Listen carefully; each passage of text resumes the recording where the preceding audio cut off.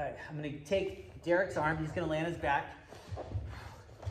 So what happens a lot of times is, even though you think you have a good position, like here, there's too many gaps. See all the space between here? This is all space you don't want to have. So first of all, let me have you move a little further away. Move that way, just so we get it in. There you go. So again, this is not good. You can even see down here, there's a little tunnel.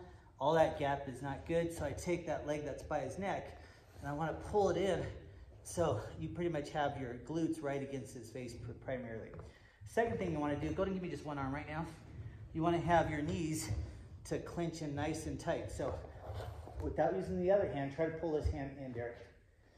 See, that way I don't think you have to grab right away. The grabbing is secondary, right? So what happens a lot of time is they'll grab their own arm, so he grabs his own arm, and then it makes it pretty tough for me. So I sit up, and then I try to pull it. I'm trying to rake it, and sometimes it works, sometimes it doesn't. I might kick it, but it's not quite getting the angle. He's pushing it away.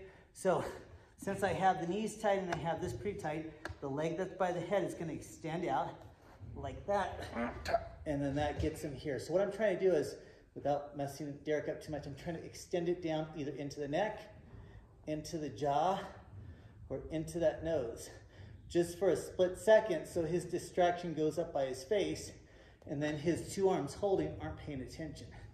Okay, go ahead and spin around this way here. Then move toward the clock a little bit more. We'll do the same side. I'm just going to jump from this angle here.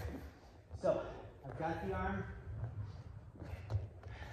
We don't want gap between this knee and this knee. I want to pinch it in like a pigeon stretch. Let go of the other hand right now. Just do one hand. Try to move this hand out just so you can see it. It's pretty tight in. If I'm here and he moves it, that's a good drill to just start with. Just start with, if you have one arm here and he doesn't have two hands grabbing, can he pull his hand back? Of course. So then you're like, okay, that's probably not a good position.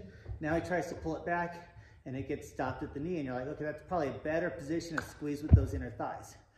And then you think about the gap between your glutes and his ear, and I want to scoot it in so I get this glute touching one ear and the other ankle's against the other one, right? And you still got the knees in. So when I sit up, if I feel he has two hands and it's just not working, I'm raking, I'm trying to get the leg, it's not working. The leg that's by his head is just kind of extending out, causing that irritation, and then he'll attack from there. So work it out on both sides. See how it works with your opponent.